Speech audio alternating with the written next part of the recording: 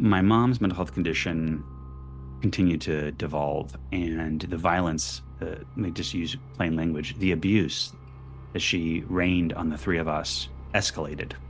And there were multiple instances of near death experiences at her hands. And we decided that we were probably going to die at her hands and we needed to leave. And so we decided we would send my brother off first because he was the most fragile of us. He's the middle child. And then my sister and then myself. And we would run away one by one back to New York. Welcome to Heroes Behind Headlines. I'm your host, Ralph Pizzulo. Our guest today is child welfare advocate and author David Ambroz.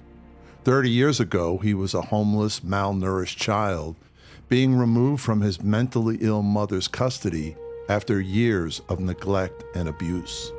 His book, A Place Called Home, is a gut-wrenching personal account of his early life of poverty and homelessness in New York City, Albany, Pittsburgh, Massachusetts, and other places, begging, bathing in public restrooms, and foster care, where he endured physical, sexual, and emotional abuse. It offers a window into what so many kids living in poverty experience every day. His is also an against all odds success story because David made it out, went abroad, earned a life-changing scholarship to Vassar College, and went on to graduate from UCLA Law School. He's one of the co-founders of fostermore.org, an organization that brings together the entertainment industry, foundations, nonprofits, and businesses to raise money for and awareness of the needs of foster children. It's my great honor to welcome David Ambroz as today's hero behind the headlines.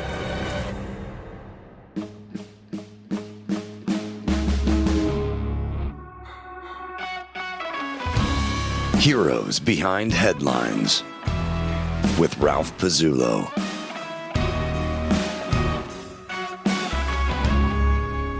When were you first aware that you were living under unusual circumstances with your mother and sister and brother? I mean, it sounds like it started at an early age. That's the nicest question. That's the nicest way that question's been asked since I wrote the book. When did I realize my life was a dumpster fire? I was born into homelessness. There was no before time. There was no memory of a home or a roof or food or heat or showers. There was just a perpetual state of crisis, punctuated by violence. And that was my everyday. It was not a anathema to me. It was just what I expected. You know, people, I think today, you get up and you're going to make your cup of coffee. Right. I'd get up and figure out, where am I going to beg, or what do I have to do, or who is going to hurt me, and what do I have to do to manage my mom, and are we going to make it? Yeah. And that was my morning cup of coffee. Wow. And at night, it'd be just the same. You know, sometimes it's not safe to sleep at night, so you'd reverse schedule. But for me, that was normal. Uh-huh. And there's 8.4 million kids in America today that live in abject poverty. Incredible. And so they may not have my exact story, but there's millions of children. That's the population of some European countries are living in some semblance of that. So I don't know that I figured out it was atypical until I was, at least in my double digits. When you're in Albany, I think you're like 6 or 7 years old, and your mom is in front of social services and she's sort of trying to impress the woman that she's dealing with. Can you talk about that episode? Because it seems like from a very early age, you're just completely immersed in sort of the drama of your mother's life as well, and managing her moods and how she deals with the outside world. So it was my mom, my brother, my sister, and myself. And the three siblings are all 1 year apart. And as imperfect as my mom is, she was our only way to survive in the world. Mm-hmm. The boat may have had holes, but it was better than drowning. Yeah. So my mom was that life raft for us. And the life raft was the only way that we interacted with the various systems that exist to lift people out of poverty. I am a child of those systems. I am profoundly grateful for our imperfect welfare systems, but I'd like to see them improved. Yeah. And what you're referring to is the time, one of the many times my mom took us to the welfare offices to secure assistance. And in this instance, it was both food stamps and rental assistance. And it's almost Kafkaesque, the whole situation. You have to have an address to apply for food stamps. And in order to get an address, Yeah. you need rental assistance. And in order, you need a paperwork address. And around you go. Yeah. So my mom took us in that day. And quite often, you actually have to bring your children to prove you have them. My God. So you take your kids, if they're in school, you take them out of school, which is terrible. You can't make an appointment. And so you go in there and you just sit. Yeah. And at best, there's maybe some vending machines. It's just a very inhospitable environment for families. And it's not I think it's much better today. However, that was the world that we lived in. And the challenge we have is since Reagan's revolution, we believe government's the problem. And the dirty little secret here, folks, is we are the government. There's no thing out there. It's us. Yeah. And so this person sitting there in front of my mom, Vanessa, she's not rewarded for getting more people rental assistance or food stamps. There's no, at the end of the year, gold star raise. You gave more people help than anyone else, Vanessa. Congratulations. Here's a raise. So does anyone think that's how it is? No. Yeah. So we go through our checklist and we try and ascribe rationality and order across people who are profoundly in distress in various ways. My mom, mental health, other people have different challenges, addiction. And then we try and put them in buckets, silos. Mhm. You'll go here for rental assistance. You'll go to this place for health care. You'll go here for food stamps, etc. Yeah. And my mom, who's mentally ill, was not going to fill out paperwork. So the option was you pay for us to cycle through emergency rooms or shelters, or you realize that my mom was not going to be able to fill out paperwork. Yeah. So Vanessa sat there that day amongst many instances like this. And I remember being with my mom, and my mom was a hair trigger that can go off at any moment. She's brilliant and charming, Yeah. but also dangerous. Yeah. Yeah. And this woman would decide the fate of my family for the foreseeable future. And I needed to control my mom to the extent I could, using both my mental power, but also to try and mitigate anything that might happen. And Vanessa, what if she had a bad night last night? Yeah. What if this welfare worker decided, gosh, I didn't sleep well. I'm cranky. I want to go home. It'll take me more time to fill out this paperwork. We're all human. We know we all do this. Right. So I really looked at this person and I thought, she has my life in her hands. If I have a house tonight or a place to sleep or food, it's because Vanessa decided I did. Hmm. And my mom was supposed to look for a job. Have you been looking for work, Mary? They asked. And I thought, Mom has 3 children. Yeah. Are you providing daycare? How is she going to get on minimum wage work, Yeah. get barely enough food stamps, and fill all this paperwork? Like, what an absurd concept. A system is not designed to lift people out of poverty. Unfortunately, it perpetuates poverty. And thank God for it, by the way, Yeah.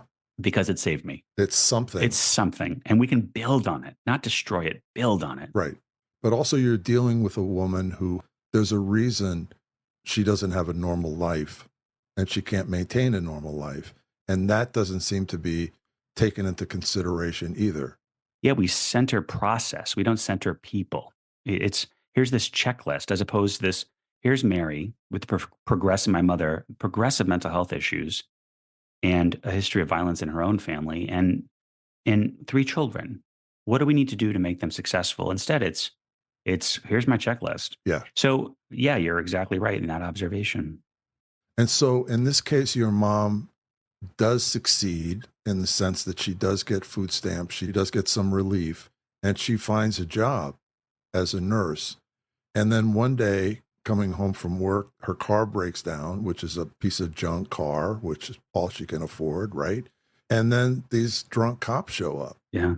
And things escalate further. Sometimes I felt like we were a dystopian Forrest Gump, like things just kept happening. Uh-huh. And unlike Forrest Gump, meeting the president or showing up here or being at a rock concert or Woodstock, like we kept ending up in these places. And obviously in the moment, you don't think that way, but looking back, policing is a real issue. Yeah. In the communities where I lived, eons before the murder of George Floyd, I lived in the communities that were hyper-vigilized by police and not well respected. Yeah. by the same. And I don't think all police are that way. No, of course not. I don't think it's the same as when I was a kid. It seems to have an instinct as human beings to kind of zero in on people who are most in need or most vulnerable. Yeah, almost like a predator. Yeah. And they just preyed upon my mom. And I don't think there's a rationality. I don't think there's a planning element to it. I just think they were, in my young child self, inebriated. Yeah. And I'd seen enough drunk people in my life by then. And they chose to harass my mom. And my mom tried to save us from that violence. And Yeah. it was one of the most horrific times of my early childhood to see my mom beat up by people, which was such an odd thing because my mom was so violent with us, but I'd never seen anyone hit my mom, never mind law enforcement, who even from far away, I always thought they're the heroes. Right, right. They're here to protect me. And it's almost like the whole system is conspiring against the children in a sense. You can't have healthy children if you don't have healthy families. Yeah. You can't have healthy families if the communities are impoverished. I think about, I've been on a book tour and I said this thing that's a little radical. And I say it as a thought experiment because we need to stir the pot. Yeah. And I said, public schools are a little bit in crisis. We can all imagine they're either treading water or getting worse. Yeah. What if we outlawed all private school? Mm. What do we all think would happen to the public schools? Mm-hmm. They get better. Is what would Overnight. happen. No more bake sales for art. No more field trips that are unfunded. No more sports teams that are shut down. Yeah. And I'm not advocating that. But we need to think that way because these are our children. This is our society. This is our collective project on self-government. And so you're spot on. I think that's a great way to describe it. At one point when David was 9 and living with his family in New York City, he adopted a free kitten that he named Snickers after his favorite candy bar. But when his family ran out of food stamps and there was no way to feed Snickers, the cat died and his mother blamed him. David writes, and I quote, "I want to hurt her so that she can feel what I feel. But knowing what that might bring holds me back." Days earlier, without warning, she reached up and pressed a hot iron on my thigh. I screamed and fell backward, scooting away on the floor, terrified that more was coming, that she would iron my face. She didn't yell or cry out or tell me what I'd done was wrong. It was just an inexplicable moment of brutal, casual cruelty. If she could do that for no reason, then what would she do if I showed her how I felt? I am powerless. I've always been powerless. Yeah, we have a permanent underclass in our country. And I think we should get uncomfortable about that. Not since 1999 has the phrase child poverty been uttered at a presidential debate. We talk about coal miners. Yeah. There's a couple, maybe 100,000. There are 8.4 million children, and there have been. And it's not even a political issue. Yeah. And it's utterly fascinating to me that it has become the white noise. When I was begging as a child in New York City, I remember one of the most awful things was when people pretended not to see me. Yeah. It felt, Oh, God. it felt horrible. Yeah. Even if a lot of people would say, I can't help you, which I always thought was interesting. Right. God bless. And I'm like, that is interesting. You're saying a lie and using God's name, but you do you. Right. Right. But the pretending not to see, Oh, that's. and we as a society are pretending not to see. Yeah. 8.4 million. Like I can't remember. I think that's like the population of like London or something. I mean, it's an obscenely large people. Yeah, that's a lot of people. Yeah, yeah.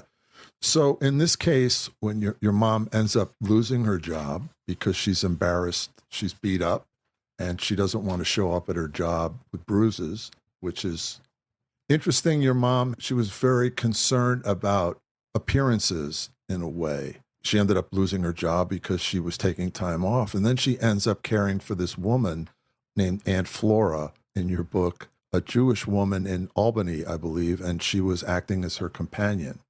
Yeah, and for folks to understand, Aunt Flora was not our aunt, but we were instructed to call her thus, and so we did. And Mom acted as kind of I would looking back, call it like a home health aide.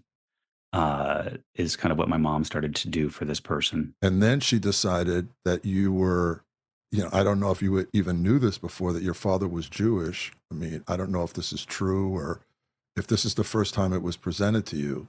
A couple interesting things there. So first, fathers were not a thing where I grew up. Yeah. In my home, on the streets, or in the communities where I live, fathers were just completely absent. Poverty in this country is women's work. We look the other way as mostly women, disproportionately women of color, carry this tremendous burden. And we defund the schools and empty the pools and Yeah. shut down summer programs. And so my mom, like many people, was my male role model. She provided imperfectly, but she did. She protected us imperfectly, but she did. And all these attributes we ascribe to paternity and masculinity is something I think we overlook the role of women. And I had powerful women people that taught me how to be a man. But fatherhood is interesting. I often didn't examine it because it was too painful and also impossible. And in the day to day of my life, thinking about the future is a luxury. Yeah. Poverty is never about the future, it is obsessed with now. If we're going to survive, it must be. And so my mom often had different stories about who my father was. And in any different day, it was like Twister, it'd be a different angle. And so in this particular story that I share, my mom in this home decided that I was going to be Jewish. And so my name up until that point was Hugh John. And I was told I was going to be Jewish. And I was, roughly 7, 8, 6. And the way that my mom thought to express that with support of Aunt Flora was to take me to get circumcised.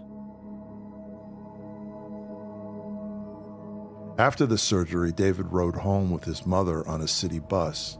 He writes, quote, "Every single jolt and stop of the bus is excruciating. It's a local bus that stops on every damn block. I can't ask Mom what happened. My priority is not to trigger her. She's being compassionate now, but there's an edge to it. If I cry, if I even say, 'It hurts, Mom,' if I needle her with questions, she'll give me something to cry about. Mom hits as often as she hugs, and I'd rather have neither than both." This is the warped mind of a mentally ill woman. Yeah, yeah, That wasn't the problem. The problem was poor healthcare yeah, and no follow up. And I really was very close to death with an infection that raged throughout my whole abdomen. And it was the pain of what was going on. It was the violation. It was the identity shift so radically. Imagine just changing your name one day. And I didn't even know what Jewish was. I might as well have been like, Right. blue. I didn't understand. yeah, And that really, for me, was one of those life moments. I think of it almost as a before and after. And I covet and cherish the boy Hugh who died that day. yeah. Oh my God. And so violent too, that a doctor would actually do something like that and then just like release you onto the street. Yeah, I mean, I can't even speak to some of the malpractice experiences I've had as a child, from the courts to individuals to people that look the other way, which again, to me is just as pernicious as the violence is our ignorance and our choosing to look the other way. That stood out for me. I think every man in America, clenched a little Yeah, bit. Yeah, and I really thought about sharing that or not sharing that because it's so much, but I got this piece of advice when I was writing this. From a friendly person, and she said to me, "Write it as if no one will ever read it." yeah, And when I think about the peaks and troughs of my life, um, the christening of David Ambroz was one of those moments where I was like, if there was anything left of an innocent boy, yeah, he died, and I came out bulletproof. I thought to survive. Do you remember Game of Thrones when the Mother of Dragons walks through the fire?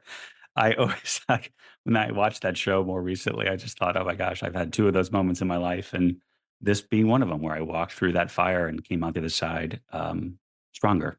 yeah. No, your resilience and that of your brother and sister is truly remarkable and inspiring. But what the three of you had to go through, nobody should have to go through that. Certainly not in, one of the richest countries in the world. I would say the four of us, like my mom should, Yeah. we should not look at mental health. Yeah. If my mom had breast cancer, we would all rally and wear a color and raise money. So, and we're getting better on mental health. I think I do. At least we can talk about it Yeah. now. But it's the four of us. Like, how dare we as a society look the other way as my mom suffered profoundly in distress. And then that led to us. We have to look at the family as a unit. And my mom needed support. And we probably shouldn't have lived with her. But I look at her as much as a victim as all of us. Yes. Do you know her family and when this started to manifest itself? Is that something that you learned about, or is it just kind of a family mystery? I definitely have doors that are cracked open where I might explore that. And what I've chosen to do with my life and my energy is I don't need to shine a light in every single corner. Mm-hmm. I need to I have beautiful foster siblings that are my family. I have brothers and sisters and nieces and nephews, and I take care of my mom. I'm one of her guardians. And I have a dog that I love, and I have a son. And I live this rich and full life. I don't feel an absence for not knowing the full story.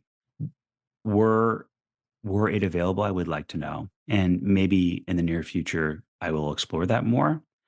But getting to this point where I'm even able to look at these issues and these stories straight on, which I before this book came out, I did not, Yeah. has been a leap. And I think, gosh, am I already there where I'm going to pick up another rock and see what's underneath? I don't know yet. Maybe and maybe soon, Mm-hmm. but also I don't feel an absence in not doing so. My mom is the beautiful, brilliant, challenging burden of my life. And I love her and I care for her. And she is who she is. And would I like to know the story? Sure. I watch that show. What's it called? Finding Your Roots on PBS. Yeah. I Right. watch that all the time. All these celebrities. I'm Yeah. like, they can pay for it. Why are they doing them? So if anyone's out there wants to take this on, but and then I'm like, gosh, what if my root? Do I want to know my roots? Yeah, no, I'm sure one day you'll get there and it'll be very interesting. So you end up in Boston or halfway to Boston. Your mother is moving you around all the time. And a lot of times you don't know why or kind of even what the destination is. And it just sort of unravels as time goes on. Yeah, time is an interesting thing, and both from a cognitive development perspective as a child, but also as a society, we mark time. There's birthdays and christenings and bar mitzvahs and holidays and schools in, schools out, and Yeah. you're off from work. None of those things matter to us. There's no doorway where we were measured for our height. Um, Time was almost irrelevant. It was both infinite and always too short. Yeah.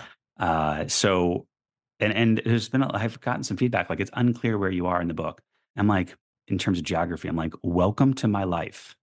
Uh, we'd be here, there, and everywhere, Yeah. and Yeah. stints in Florida, all over New York, most of New York City, some in Albany, et cetera, et cetera. Yeah. So that chaos was our time, and we got about, I would say, 80% of the way to Boston, a little suburb of Boston, and my mom just decided to go there on a lark, and off we went, and it changed the course of my life. And we went into the shelter system. So my mom alleged that she had experienced domestic violence, which is why we were in the condition at the moment. And so we got into different domestic violence shelters for women and children, which is a very few, and still, even though Massachusetts is probably better than most. And we went into that system, and ultimately they placed us in Western Massachusetts Hmm. in a shelter there. And culturally and everything, I went from New York City, more or less, Hmm. to Western Mass, which is more rural and farm country in some pockets. There's some beautiful college towns in there, but it was such a cultural shock. Yeah. And then the shelter systems were very prescribed in terms of their rules, and my mom did not thrive in that environment. Yeah. Vigilized, rules, and ultimately they placed us into an apartment, essentially to just get us out of the shelter. Yeah. And they did that with very little support. And, what was going to happen was quite clear, but still they did that. And we ended up in an apartment, which is the last place I would live with my mom. And is this the apartment that she eventually wants you to help burn down? Oh, no, that happened a few times, but I think I talked about that earlier. But this is the apartment where my mom's mental health condition continued to devolve, and the violence, let me just use plain language, the abuse that she rained on the three of us escalated. Yeah. It had always been bad, and it could get worse, and it got worse. And there were multiple instances of near death experiences at her hands. And we decided, I think, for two reasons. One, that. And two, we'd all reached a cognitive level where we realized this, that we were probably going to die at her hands and we needed to leave. Yeah. And I think it was the combination of that, plus we just 11, 12, and 13. That was our age. And so we decided we would send my brother off first because he was the most fragile of us. He's the middle child. And then my sister and then myself. And we would run away one by one back to New York. Mm-hmm. And so we stole a bike and we gathered some food stamps and we sent my brother on a bicycle ride to New York from Massachusetts because that's the only place we knew. Yeah. And by the way, not giving much away, but my brother made it. And, but the challenge was neither of us left. And my mom got even worse. And my sister was able to kind of evaporate into her social circle, but I was at home. And I suffered at her hands really, really profound violence until at one point she very nearly killed me. In his book, David describes the incident that caused him to leave. Quote, "I hear her steps, but my eyes are closed. My mom is descending the flight of stairs. She has just thrown me down. Which version of mom is coming? The crazy mom who will continue to beat me or walk right past me, detached from what she's done, or the repentant mom who feels bad about it? I observe the situation with a detached curiosity. The thuds of her clogs stop when she reaches me. The pause lasts an eternity. She kicks my head, then everything goes dark." That is what triggered us ultimately entering the foster care system. Mm-hmm. And the foster care system turned out to be another almost nightmarish, Kafkaesque experience because you are separated from your sister and brother, first put in juvenile detention, which turned out to be awful, and then placed with a family that were, hard to understand. Strange. Yeah. Very strange family. My brother and sister were separated. They lived together, and I was diagnosed as queer. At the time, they called it gender identification disorder. Uh-huh. And we take a step back. Foster care is designed to reunite kids with their families. It's not a slippery slide to adoption. It is meant as a pause where families can get their act together to get their kids back. That said, there's about 60,000 kids up for adoption in foster care. So this is a PSA for them. If you're listening, Yeah. Open up your heart, open up your home. Yeah. But for me, I was placed into juvenile detention because of that diagnosis, your rating. So you could think of it like rated 1 through 10, 10 being really, really hard to place because you're violent or your behavioral problems or you're disabled. Right. And the queerness made me very high.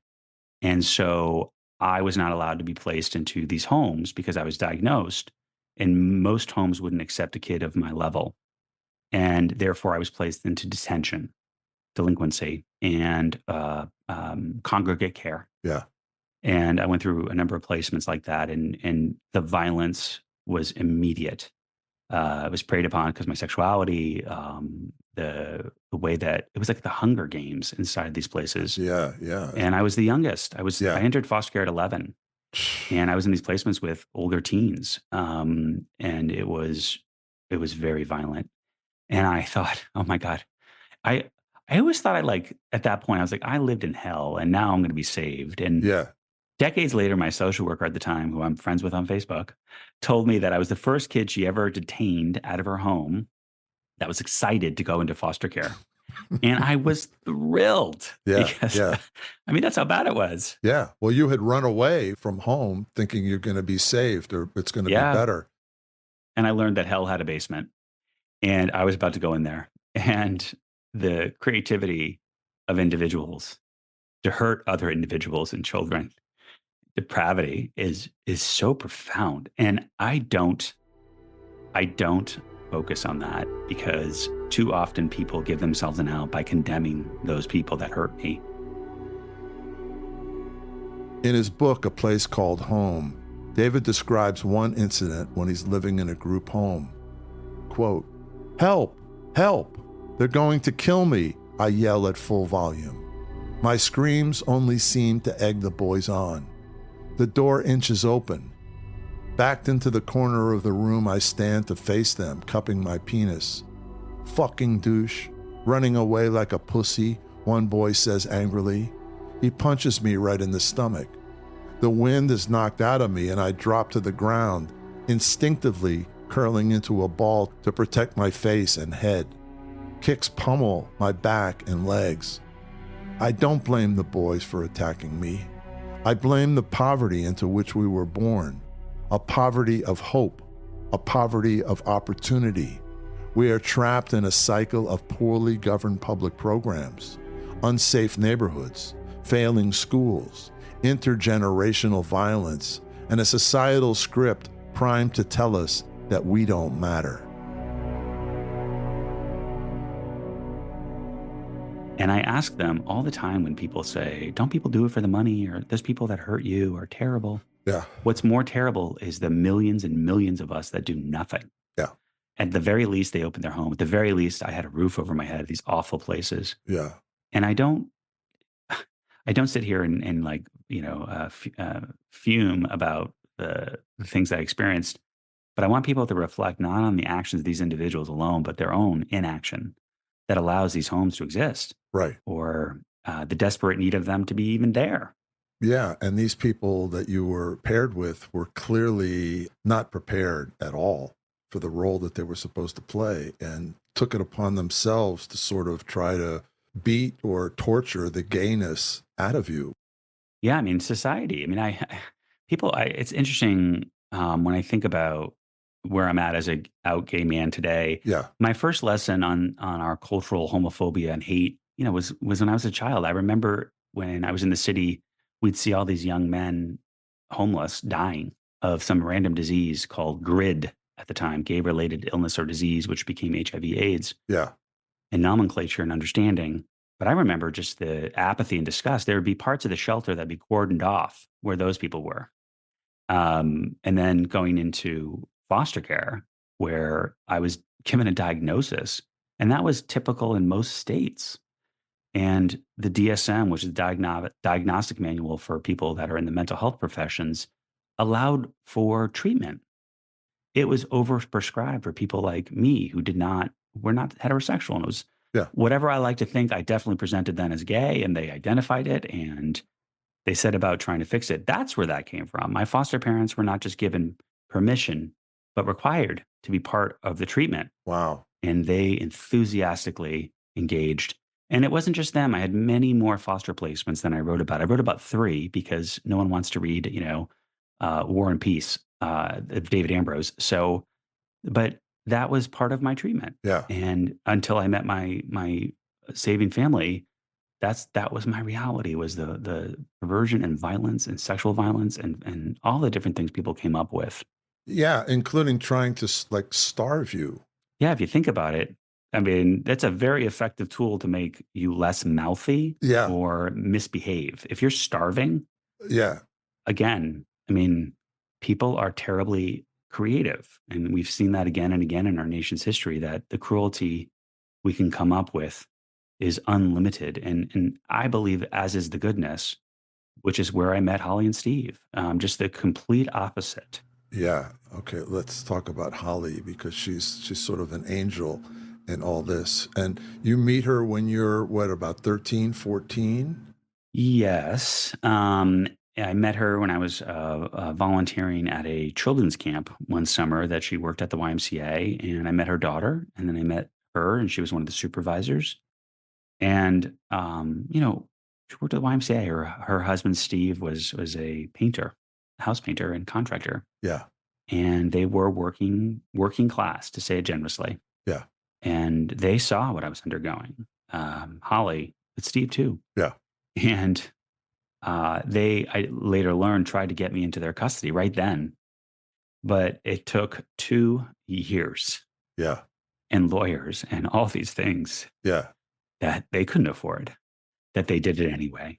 And they finally got me out of various placements and into their home, Wow. much worse for wear. Yeah. And it proved to be difficult for them. They had a daughter, another child, and then they seemed to be having some issues with their marriage, and you were kind of caught in the middle of that too, because you become part of their family, and Yeah, they are, and they're very much in my life, and they're beautiful people. yeah, They were going through a rough patch. yeah, They were going through a rough patch, and they made it. And they're I don't even know how many years they've been married. 55,000, as far as I'm concerned. And they have 2 daughters, that my sisters, Allie and Brianna, and I'm very close with them. And they made it, and they made it out the other side. But in that rough patch, they went from having one child to a newborn and a 14, 15-year-old with profound emotional problems. yeah, Me coming into their life, and not even a dime of support for quite a while to get me going with them. So I don't I don't love what happened, but I also understand it. And sure, one of the lessons they taught me is, imperfect love. yeah, All of us quite often hurt the people we love the most. hmm, And the question is, what do you do about it? And how do you forgive? And how do you give love back? right, And I learned that from them, and that has served me my whole life. And they've been there at every step of my life ever since. wow, wow, yeah, wonderful people, really wonderful people. Let's talk about the braces story, because this is another wild one. So at some point they take you to Provincetown. You go to Holly takes me to Provincetown. Yeah, Holly's trying to nudge me out of the closet, and she did it her best, and I just was so traumatized at that point. I mean, growing up the way I did, but then also just the sexual violence, and then the reparative therapy and equivalent, and all of the stuff done to me. Going from that into like a place of acceptance and love, regardless, is I'm not a light switch, yeah, and you don't turn off all those experiences and be like, right, because what if I came out and then I ended up going back into delinquency? yeah, What if I came out and I went to a worse foster home? of course, What would happen to me? yeah, And did she really mean it? yeah, And society, it's illegal to be gay. It was still illegal to have sex in 38 states. God, So no matter how gentle her nudge and a clear expression, she took me to Provincetown, and all around me were these beautiful men. I mean, hugging, kissing, loving, yeah, walking together. yeah, And it was like, do you remember like in The Wizard of Oz where everything becomes color? yeah, Uh, Now add acid. And I was like, what is happening here? It was totally crazy. And I wasn't there. I wouldn't be there for decades more, but yeah. It was just a it was glimpse. a glimpse. And Yeah, it's those occasional, when you're drowning, you come up for air, you really appreciate those gasps. yeah, And she gave me one of those in that moment to know, and in my heart and my head to remember that there are mature men living their life in freedom and love that are not oppressed. And, that wasn't lost on me. and then at around that point, you go to her and basically say, "Hey, I need braces." Yeah. So the Ambroz, the three of us had the worst teeth humanly imaginable. It's when you don't go to a dentist ever and you are malnourished, it's amazing what can happen in your mouth. And, my teeth were just like a hot mess. And despite going to the dentist and all that, I still had profound problems with my teeth, and I needed orthodontics Yeah, and braces. And again, much like my social worker, I don't know anyone else in that age was like thrilled in high school to get braces. I was thrilled. And so we got to get braces, but the state won't pay for them because, you know, why should we give foster kids braces? yeah, And the three of us needed braces, especially my sister. I hope she doesn't listen to this, but she really needed braces. And I'm sorry, Jessica, I love you, but I think you would agree. But we had to fight. We had to get a lawyer. And ultimately, that has changed. The country has taken a major step. It's considered normal. Yeah. And there's so many parts of my experience that I've used in my advocacy work to just kind of normalize things. Like when you're in a group home and you look at porn, you could be registered as a sex offender. Oh my God. If you go AWOL, picture this, you're an adolescent, you're not allowed to masturbate, Yeah. and you don't get to see other people of the other gender if you're attracted that way because you're in single sex environments where you're homeschooled within the facility. What do you think's going to happen to teenage boys? Yeah. Anybody? They're going to be not violent. Right. They're going to behave. Of course. Yeah. And I'm not a girl, so I won't speak to that experience, but I imagine it's not very dissimilar. Yeah. So we dehumanize the adolescent sexualization and experience. It's normal. Yeah. And you move around so much and you see these messed up relationships. Again, quoting from David's excellent book, Steve and Holly are the first people who don't punish me. They are the first ones who seem to be on my side.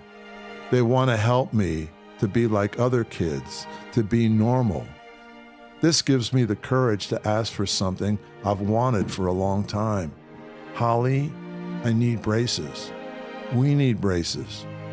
Okay, she says, without hesitation. I got braces and I was thrilled. Every time they tightened them, I was like closer to my perfect smile. Tighten them more. You got great teeth now, man. Great teeth. Just floss the ones you want to keep. That was the best advice I got. So, and then you fast forward. Are you 18 when you go to DC? How does that come about? That's part of a summer program? A little backstory to DC. So when I was younger, the state senator in Massachusetts went on a road tour to do a listening tour about foster care. Mm-hmm. And he came in to us, and I had been in a delinquency facility, and I saw my brother and sister for the first time in a year. They were also brought in. And instead of listening, he talked for 45 minutes. And it came to me, I was on his right, and we're supposed to say our name and a little bit about ourselves. And I think I was the third person on his right, and he was only going to be there an hour. Yeah. And so I said, "How dare you?" And everyone was like shocked. And he's like, "Ugh." Yeah. And I said, "How dare you? You're on a listening tour and you just spoke for almost an hour? There are 13 kids in this room with a lot to share with you. And My God. how could you do that?" Yeah. And so to his credit, he told his staff to order pizza, Yeah. and he stayed. Oh, wow. And he went on to author some very important legislation, the first free college for foster kids at state universities and community colleges, et cetera, was at Massachusetts because this state senator, Rosenberg, Mm-hmm. bless him, he turns out to have been a foster kid. Wow. So very important moment for me, but someone in that room saw me be mouthy and intellectual in equal measure. Yeah. And somehow I was identified years later, and I got to go to DC a number of times. But the one particular time that was so important was the passage of what was going to become the Chafee Independence Act. It was the first time the federal government would provide money to states to support foster youth as they transition from foster care. Yeah. A very novel concept. Yeah. At 18, it usually was like, peace out, good luck. Good luck. And it's much better now. Yeah. But Oh, good. at that moment, that's what it was. It was a cliff. It was Thelma and Louise. You clutched hands and you drove over. Wow. And the statistics bore that out. So I was brought down there and given media training, and I got to meet, and they called me the Republican whisperer because they kept sending me to meet with very conservative people Mm-hmm. and Dixiecrats and moderate Republicans when that was a different word. And I met some of the most iconic people of the late 90s that were in office at the time advocating for this bill. Wow. What an experience. Again, Forrest Gump. It's this random, Yeah. crazy, being mouthy when I was a teenager to a state senator got me Yeah. on this idea that we could be the change we want to see, right? We could change the system. Yep. And that taught me that in that moment. When people speak up, when they say, hey, I'm in pain, or my group is in pain and you need to do something about it. And then you have this like incredible experience. You decide you want to go to Vassar for college. And then you see this flyer to study in Spain for the summer after your graduation. That sounds like another mind-blowing experience in a very positive way. So from my earliest age, I've always thought about a concept that was later very well expressed by The Matrix. Do you remember The Matrix, the last part where he just decides he can fly, and he does? Yeah. Yeah. Yeah. And I've always thought since the moment I lived at Grand Central that I was unplugged from the Matrix, and I wouldn't have had those words, but that's how I would feel. Hmm. And so I was living with Holly and Steve, who were wonderful, but it was the system, and I needed to get out of it if I was going to survive. I had so much pain and trauma and baggage that I didn't feel like I would be able to make it, and it was getting worse for me. And so what I decided was I had to find healthcare, housing, and food. And so I looked for a program. So I got a grant. I committed a little bit of light fraud to get it.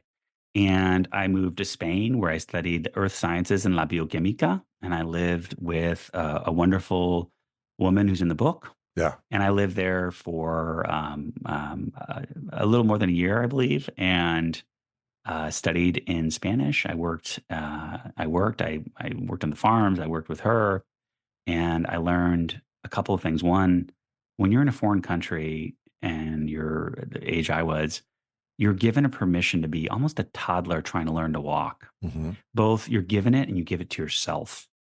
And then also learning a different language is a total mind thing where it just does something to you, where I began to try and understand concepts again and anew. Yeah. And then I also became a beloved pet and ultimately a great friend to a group of people in a way that I'd never had friends like that before. Yeah. So I had the most amazing host mom there. And in the book, her name is Gabriella.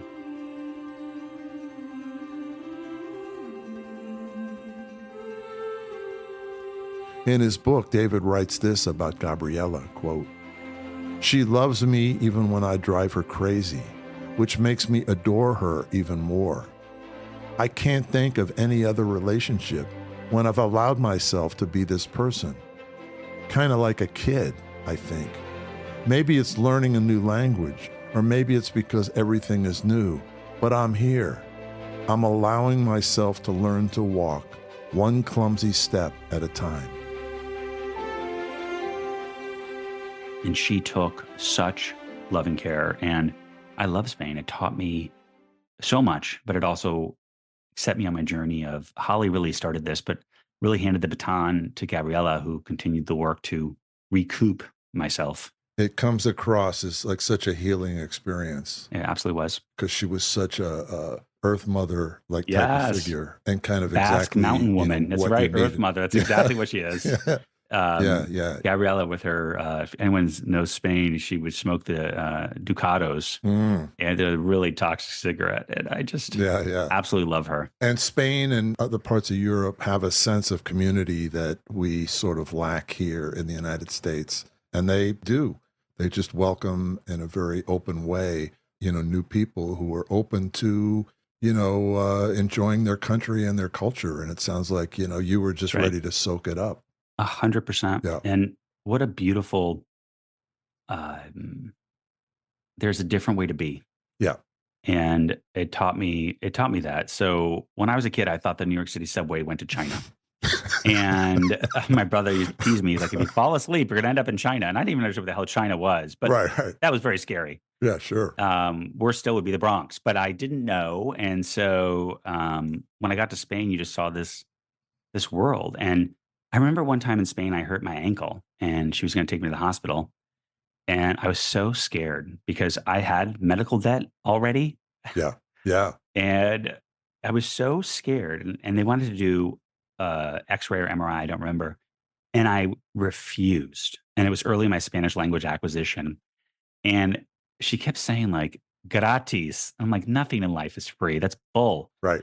And, it really took, I didn't have Google Translate at the time. Yeah. So I walked out of there and I remember we had no bill. Yeah. They saw that I had a stress fracture and they gave me crutches and wrapped it and some pain medication. Yeah. And I went back for an appointment and I never saw a bill. Wow.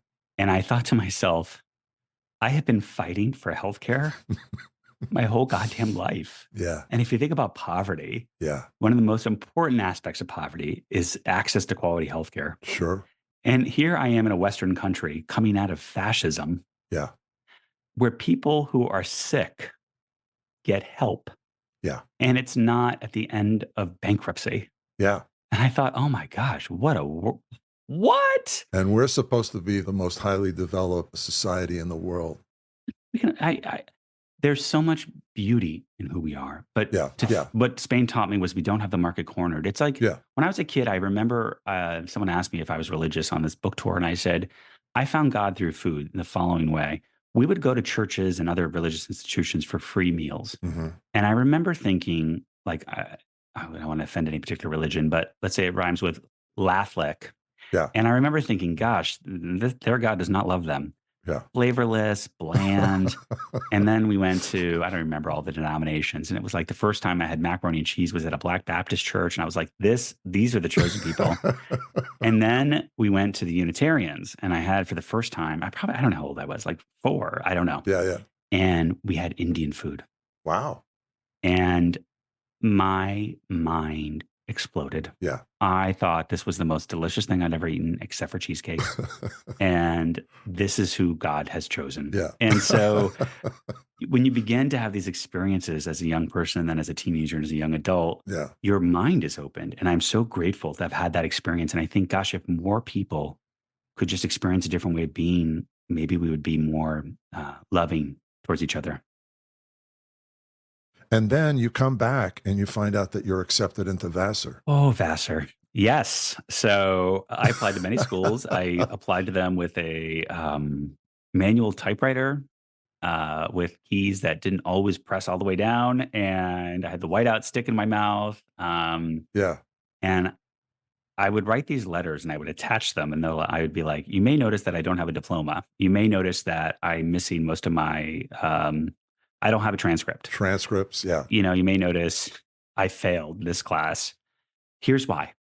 And a lot of the schools took it upon themselves. And remember, this was the 90s, so it wasn't easy to mail it back to me. Yeah.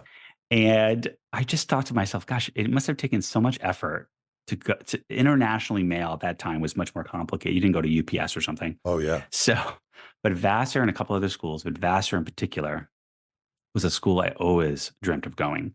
And there's a number of reasons, that's the case. And I got in. And not only did I get in, they provided me the financial aid almost completely in order to go there. And it changed my life yet again. David writes this about the first day he moved into Vassar, quote, "The only window in the room is at eye level, and I'm standing up. I look out, and Alex and Jessica come stand on either side of me, quiet. We don't say it out loud, but we understand that this day marks the end of childhood. I put my arm around each of them, stare out the window and say, we made it. We survived. Whatever highs and lows we had come down to this. We survived and we love each other."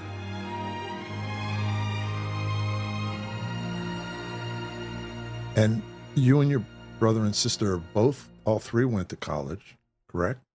Yeah. So, I end the book talking about, John Lennon, Ella Fitzgerald, Cher, Francis Truffaut, J.R. Tolkien, Harry Potter. Yeah. Willie Nelson, Eddie Murphy, foster children. Yeah. So I'm not Eddie Murphy. I'm not Tina Turner. And I do love Cher. But we're part of a proud people that have written and changed the world. And we may be invisible in many ways. Yeah. But part of my telling of my story was to pull back and to start to develop that empathy muscle. And I'm very proud of some of the comments people have made about my book.